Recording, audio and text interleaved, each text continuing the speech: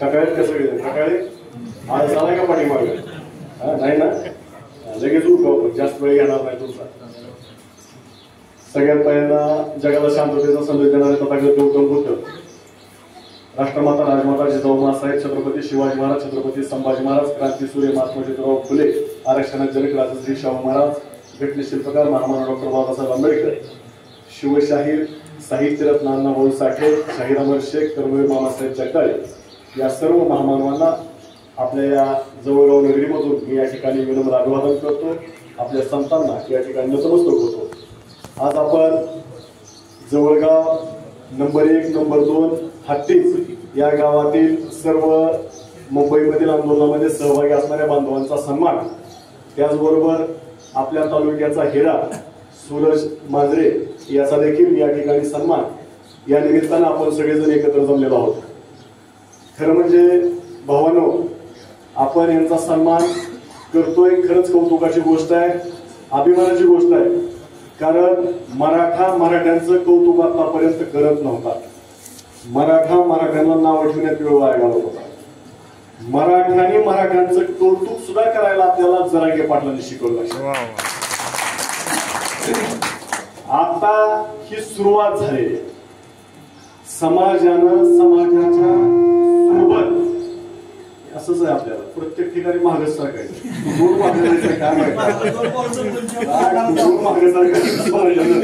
Mic हातात घेतलं की मागे, कुठे काही थोडं पुढे यायचं म्हणलं की मागे. समाजाची असली आपली अवस्था. पण ठीक आहे, आपण त्यातनं मार्ग काढत पुढे चाललोय. तर आता आपण सगळेजण एकमेकांच्या सोबत उभा आहेत, लक्षात ठेवा. मराठा समाज मुंबईमध्ये गेला, मराठ्यांनी आरक्षण सुद्धा आणलेलं आहे. आरक्षण मराठ्याने आणल्यामुळं मराठ्यातली ज्यांची दुकानदारी होती आतापर्यंत आरक्षणाच्या नावाखाली, त्यांचा पोट शिळून गेलेला आहे, त्यांच्या पोटात दुखायला लागलेला आहे. म्हणून ते म्हणतात मराठ्यांनी काय आणलंय आणि मराठ्याला काय मिळालंय. सरकारनं जरांगे पाटलांना फसविलंय, सरकारनं मराठ्यांना फसविलंय. आपण थोड्या वेळासाठी असं गृहीत धरून आपण फसलो.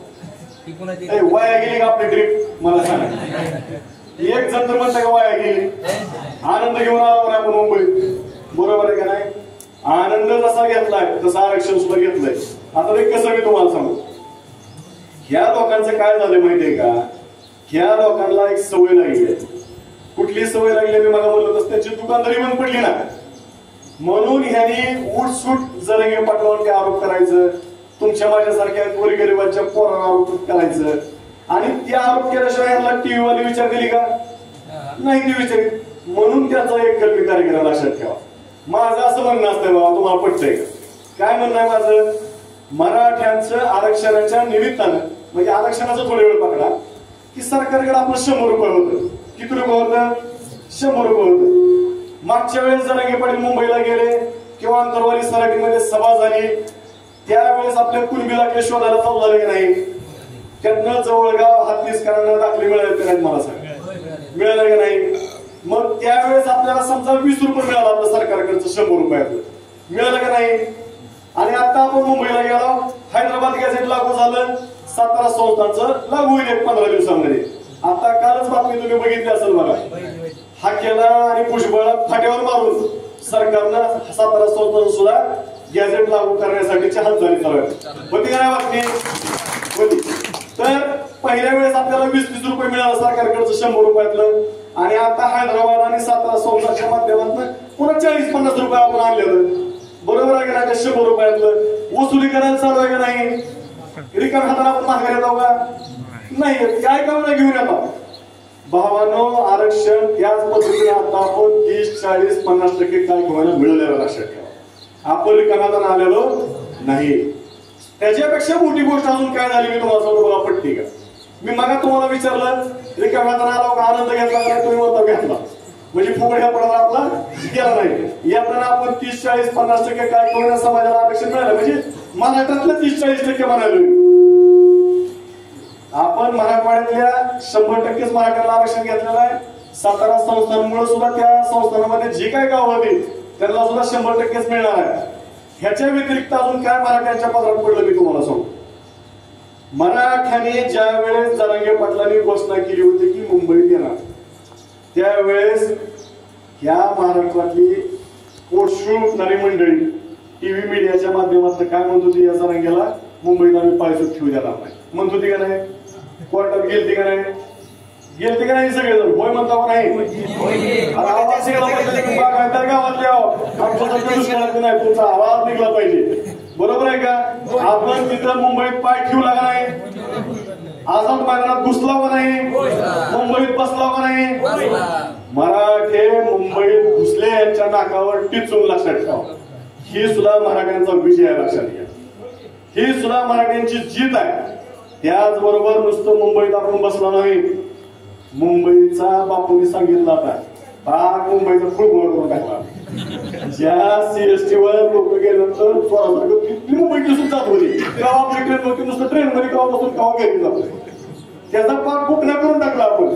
तिथं गोट्या खेळण्यापासनं पाक काय नाही ती गोष्टी आपण सगळ्यांनी केल्या, कुणालाही त्रास न देता केल्या. बरोबर आहे का नाही? मुंबईतला एक जण सुद्धा सामान्य नागरिक म्हणला नाही आम्हाला मराठ्यांनी त्रास दिला. उलट त्यांना सुद्धा भारी वाटलं. 2-3 दिवस झाल्यावर ती चटणी भाकरी खायला आली आपली. पहिलं 2-3 दिवस आपण उपाशी गेला. कोणामुळे गेला? सरकारमुळे. सरकारनं असं ठरवलं होतं की मराठ्यांना उपाशी मारायचं, पण सरकारला काय माहिती हे मराठे आहेत ज्या पानिपतच्या युद्धामध्ये जवळपास 3 ते 4 महिने मराठ्यांना अन्नधान्याचा पुरवठा नव्हता. तिथं मराठ्यांनी झाडाचा पाला खाऊन दिवस काढून युद्ध लढले. ते मराठे मुंबईमध्ये आलते. काही होणार नाही मराठ्याला, ही तसं पंक्तीत गेली. मग झालं काय बापूंकडे हिशोब आहे सगळा. दादांकडे सगळी माहिती आहे त्या बाबतीतली. झालं काय? जसं गावातल्या मराठ्यांना कळलं आपली पोरं तिकडे गेलेली उपाशी आहे, ती घरातल्या बाया त्या ठिकाणी कंबर खसून पुढे आल्या, भाकरी थापायला लागल्या. एवढ्या भाकरी आल्या मुंबईमध्ये किती. मुंबईतलं कुठलं तर गणपती आहे बघा, राजा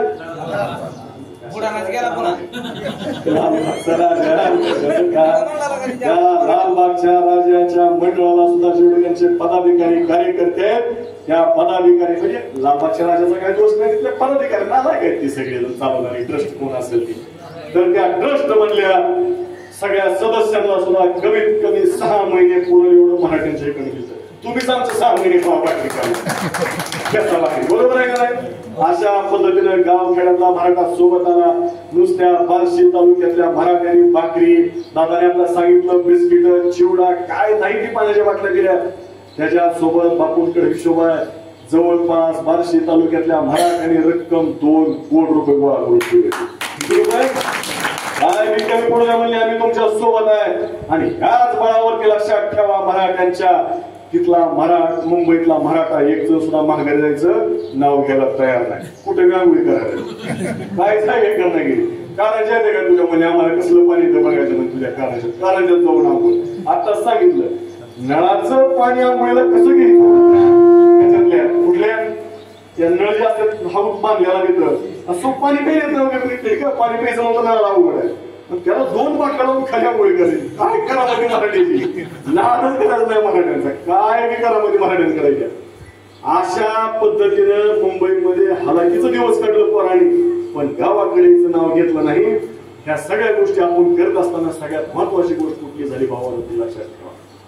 आपण आज ज्या माणसामुळे एकत्र आलोय त्या संघर्ष होता म्हणून जरांगे पाटलांनी बंद केला होता. त्या जरांगे पाटलांनी ठरवलं होतं की जोपर्यंत माझ्या गाव खेड्यातल्या गोरगरीब मराठ्यांना आरक्षण मिळणार नाही तोपर्यंत मी मुंबईतून कसल्याही परिस्थितीत माघारी फिरणार नाही. याचा अर्थ असा आहे आरक्षण मिळण्याशिवाय जरांगे पाटील स्वतः संपले असते परंतु माघारी आले नसते. जरांगे पाटलांना सुद्धा सुरक्षित त्यांच्या अंतरवाली सराटीमध्ये त्यांच्या घरापर्यंत पोहोचवण्याची जबाबदारी तुम्हाला मराठ्यांची होती. ती सुद्धा आपण पार पाडलेली आहे. त्याच्यामुळं कोण काय जरी म्हणत असलं जवळपास 8-10 प्रकारचा विजय मराठ्यांचा मुंबईमध्ये गेल्यानंतर झालेला आहे. ते यश मराठ्यांच्या पदरामध्ये पडलेला लक्षात ठेवा. आता इथून पुढे आपली जबाबदारी आहे. काय जबाबदारी आहे? जरांगे पाटील तुमच्या आमच्या लेकरासाठी उपाशी मेले का नाही? त्यांनी उपाशी स्वतःला मारून घेतला. आपण जरी या ठिकाणी मौज मजा करत आनंद लुटत आंदोलनामध्ये सहभाग होतो. जरांगे पाटील अण्णा पाण्या विना त्या ठिकाणी बसले होते. आरक्षण तुमच्या आमच्या लेकरांना मिळून दिलंय. आता आपली जबाबदारी आपली लेकरं चांगली शिकवायची. आपल्या लेकरांना शिक्षण चांगलं द्यायचं, शिक्षणावरती खर्च करा.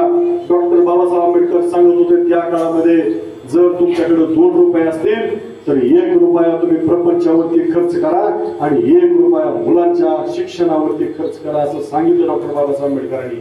त्या बाबासाहेब आंबेडकरांच्या आपण अनुयायी आहेत. त्याच्यामुळे इथून पुढच्या काळात मुलांच्या शिक्षणामध्ये हायगय करायचे नाही.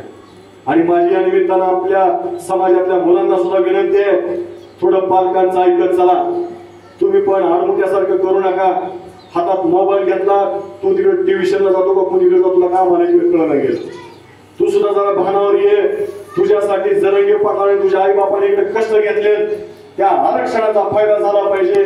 तू चांगल्या पदाधिकारी आणि मोठ्या अधिकाऱ्यांच्या खुर्चीवर बसला पाहिजे. ही आमचं आणि जरंगे पाटलांचं स्वप्न आहे, ते साकार केलं पाहिजे. या निमित्तानं मी महाराष्ट्रातल्या मराठ्यांच्या पोरांना आवाहन करतो. आणि इथून पुढच्या काळात आपण शिक्षणावरती लक्ष द्या. त्याचबरोबर शिक्षणावरती लक्ष देत असताना आताच या ठिकाणी सांगितलं 2 ठिकाणी की काय बिलावर पुन्हा वेगळ्या पद्धतीची पुढे आले नाही, ती भाषा मराठ्यांच्या बद्दल वापरले, त्यांच्याकडे सुद्धा लक्ष द्यायची गरज आहे. त्यांना असं तसं सोडायचं नाही. मी या जवळगाव मधून त्या सगळ्या पिलावळीला हाकेश सहित भुजबळ सहित दादा सगळ्यांना सांगतो, तुम्हाला आम्ही बार्शी तालुक्यामध्ये या बार्शी तालुक्यातला मराठा ठेवू देणार. मराठ्याची माफी मागायची हाके आणि मग बार्शी तालुक्यामध्ये यायचं. भुजबळ तुम्ही पदाचा राजीनामा द्यायचा, मंत्री पदाचा, मग बार्शी तालुक्यात द्यायचं. तुला खुनकुमे ना ओबीसीचं लढायची, आंदोलन करायची, तू ती राजीनामा मग या मैदानात ये. पोलिसाच्या बंदोबस्तात फिरतून बोलतो काय मराठ्यांना, तोंड उचलून त्या ठिकाणी मराठ्याने असं नाही करायचं, मराठ्याने तसं नाही करायचं. अरे मराठ्याचाच तू खात आलाय आतापर्यंत आणि तू ज्या ओबीसीची बाजू घेऊन बोलतो, काय केलं तू ओबीसी साठी? काय सुद्धा केलं नाही या गावातल्या. जर तुमच्या गावामध्ये माळी बांधव असेल तर माझा त्यांना सुद्धा प्रश्न आहे की बाकीचं राहू द्या ओबीसींचं, माळ्यासाठी काय केलं भुजबळाला ते सांगू द्या. पण या भुजबळनं ज्या ओबीसीचा आणि माळ्याचं नेतृत्व करतो म्हणून आतापर्यंत सत्ता आणि खुर्ची भोगली आहे, त्या भुजबळची हजारो कोटीची प्रॉपर्टी आहे. दादा मी या निमित्तानं आणि जवळगावकरांना महाराष्ट्रातल्या मराठ्यांना सांगतोय, या भुजबळ या सरकारनं सांगितलेलं आहे, भुजबळ साहेब म्हणले असतील तितक्या मध्ये भुजबळच म्हणले असतील, पण आपण बनू साहेब समजा वयस्कर व्यक्ती आहे. तर भुजबळ साहेब तुम्ही महाराष्ट्रामध्ये मराठ्यांच्या विरोधात बोलायचं आणि तुम्ही जोपर्यंत मराठ्यांच्या विरोधात बोलताय तोपर्यंतच तुम्ही बाहेर आहे. ज्या दिवशी तुम्ही बोलायचं बंद करता त्या दिवशी पुढे तुम्ही जेलमध्ये पिठलं भाकर खायला तुम्ही जाणार आहे. म्हणून फक्त मी पिठलं भाकर खायचं नाही म्हणून मराठ्यांच्या विरोधात बोलतो, लक्षात ठेवा. त्याच्यामुळं भुजबळ तुम्हाला जर मराठ्यांच्या विरोधात बोलायचं तुम्ही राजीनामा द्या आणि मग मराठ्यांच्या विरोधात बोला, असा आवाहन सुद्धा आम्ही या निमित्तानं करतो. इथून पुढच्या काळामध्ये लक्षात ठेवा, मराठ्यांनी आपली एकी कायम ठेवायची. आपला आरक्षणाचा लढा जरी संपत आला असला तरी मराठ्यांची एकी आणि ताकद आपली कायम ठेवायची. इथून पुढच्या काळात शेतकऱ्यांसाठी आपल्याला उभा राहायचंय. आपल्याकडचा जिवंत आणि ज्वलंत प्रश्न आहे शक्तीपीठ महामार्ग. आता या शक्तीपीठ महामार्गाला मला कळलं गेलंय, याला काळीच ना बागायत कसं काय दिसली जवळच्या कडे जायचं की तिकडनं माळामाळाने घेऊन जायचं पलीकडे डोंगराने. तिकडं झालाय बरोबर, आलाय ना तुमच्याकडे? नाही आला. होऊ द्यायचा का आपल्याला शक्तीपीठ महामार्ग? माझी या निमित्तानं संघर्ष जरंगे पाटलांना विनंती आहे की दादा तुम्ही या शक्तीपीठ मध्ये लक्ष घाला आणि जे शेतकऱ्यांची शक्ती कमी करणारा हा शक्तीपीठ आहे, हा शक्तीपीठ तिकडच नागपूरला जाऊ द्या, आमच्याकडे काही नको असं शक्ती. अशी आमची विनंती आहे. इथून पुढच्या काळात शेतकऱ्यांसाठी आपल्याला लढा उभा करायचा आहे, त्यासाठी आपण सगळेजण एकत्र राहू असं सुद्धा तुम्हाला विनंती करतो. आणि शेवटच्या फक्त 2 गोष्टी सांगून थांबतो. काय केलं पाहिजे आता आपण इथं पुढे? मराठ्यांच्या विरोधामध्ये लेखणी, नाणी आणि वाणी वापरायची बंद करा. काय केलं पाहिजे? मराठ्यांनी एकमेकांच्या विरुद्ध लिहिण्याचं बंद केलं पाहिजे. आपल्याकडे म्हणतो का आपण वकिलाला 10-20 हजार रुपये जाऊ दे, पण असा जो येतो तो सुटलाच नाही पाहिजे. बंद करा. मराठ्यांना लक्षात ठेवा, बांधावर बांधण्याची आपली. आणि त्या जरंगे पाटलांनी जर ठरवलं असतं तर अर्ध नाही पूर्ण जवळगावची 2 जवळगावची जमीन घ्यायची ताकद तीच झाली असती जरंगे पाटलाची. तुमचा बांध मिळाला नसताना जमीन राहिली. 1 गुंठ्याचा घेतला जरंगे पाटलांनी, कोणासाठी घेतली? तुमच्या लेकरा बाळासाठी. मग आता आपण जरंगे पाटलाच्या निमित्ताने एकत्र आलो नाही, मग आपण एकमेकांची विरुद्ध लिहायचं, बांधाची भांडणं जरा बंद करा. त्याच्यासाठी मार्ग काढा सगळेजण एकत्र बसून. एखादा जर आडमुठेपणासारखा वागत असेल तर त्याला 4 संवाद सांगा, लक्षात ठेवा. शक्यतो घरात जाऊन सांगा ना, ऐकत असतो ना चार चौघात सांगा. त्या भूमिका आपण मराठ्यांनी घेतला पाहिजे. त्याचबरोबर एकमेकांच्या विरोधात वाणी वापरायची बंद करा, म्हणजे बोलायचं बंद करा. नाहीतर आता इथं मी भाषण करतो, थोड्या वेळ तुम्ही म्हणसाल आता कशात गेला पोपटासारखा तुम्ही आपल्या गप्पा मारून, आता त्याला काय करायचं, आमचं आम्हाला माहिती केली तुमचं नाही हाय तुमचं दुखणं, पण महागा बोलायचं बंद करा. आनंद काशीतला या मंदिराच्या बाहेर सुचवलेलं राहिलंच, त्याला बोला काय बोलायचं, असं माझं वैयक्तिक मत आहे. लक्षात ठेवा, ह्या भूमिका मराठ्यांनी घेतल्या पाहिजे. इथं सुद्धा आपली प्रगती थांबली आहे. त्याचबरोबर सगळ्यात महत्वाची गोष्ट, मराठ्यांच्या विरोधात नाणी वापरायची बंद करा, म्हणजे पैसा वापरायचा बंद करा. आपल्याकडे असते अजून एक, पोलीस स्टेशनला 10,000-20,000 50,000 जाऊ दे, पण 8 दिवस बाहेर नाही आला पाहिजे. आणि नंतर चापडच मारले. कशी पोलीस 8 दिवस आठ ठेवते 2 दिवस तुमच्या पैशामुळे. पण तुमचा पैसा मराठ्यांच्या विरोधात वाया घालवू नका, ही सुद्धा तुम्हाला माझी विनंती आहे. कारण मराठ्यांचं नुकसान जेवढं शिक्षणामुळे आरक्षणामुळे झालंय, तेवढंच मराठ्यांचं नुकसान या तिन्ही सांगितलेल्या गोष्टीमुळे आणि व्यसनामुळे सुद्धा झालेलं आहे. व्यसन सुद्धा मराठ्याने करू नका, अशी माझी तुम्हाला हात जोडून विनंती आहे. पुन्हा एकदा भावानो, तुम्ही सगळेजण संघर्षदा मनोज जरांगे पाटलांच्या नेतृत्वाखाली असणाऱ्या आंदोलनामध्ये सहभागी झालात. घराघरातल्या माता माऊली आमच्या भगिनी आंदोलनाच्या पाठीमागे उभा राहिल्या, त्याबद्दल मी सगळ्या माता माऊली भगिनींचं आणि तुम्हा सगळ्यांचा आभार मानतो. इथून पुढच्या